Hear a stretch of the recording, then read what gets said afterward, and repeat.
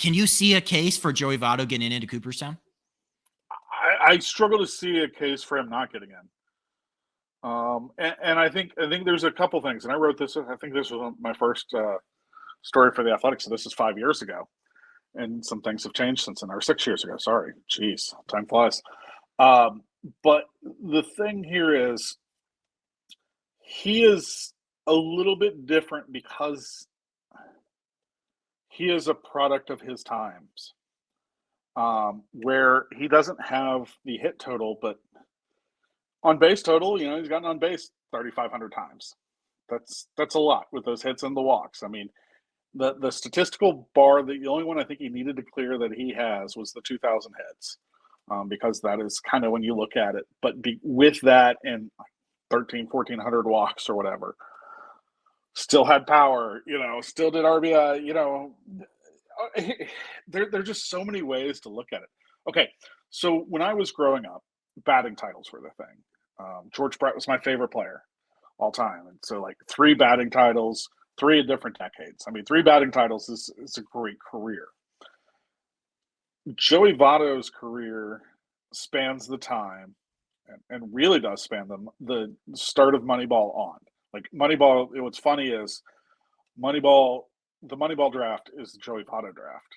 And the A's had, you think about the A's, the Billy Beane, Moneyball, the movie, the book, everything. You think about, getting on base percentage over batting average. And, they're in the book, there's a lot about Billy Beane really being obsessed with getting Kevin Youkilis, the so-called Greek god of walks. Like, he's not Greek, he's Jewish, but a whole different story. Cincinnati guy, actually.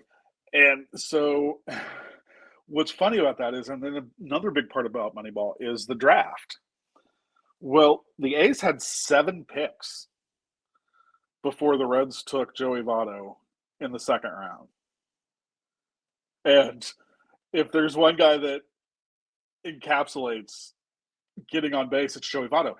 For, I think it's a span of 9 years, 8 of those he was healthy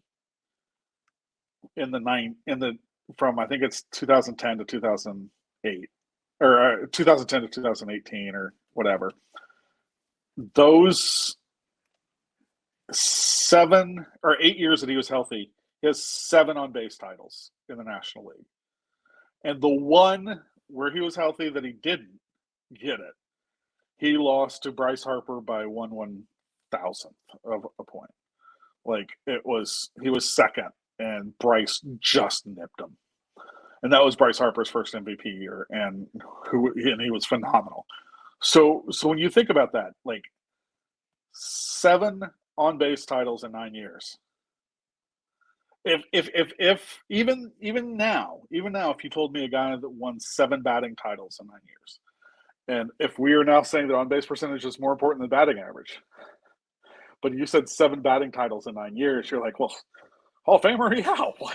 Like, I mean, that's like Tony Gwynn crap, and Rod Carew. I mean, that is what you're talking about here, and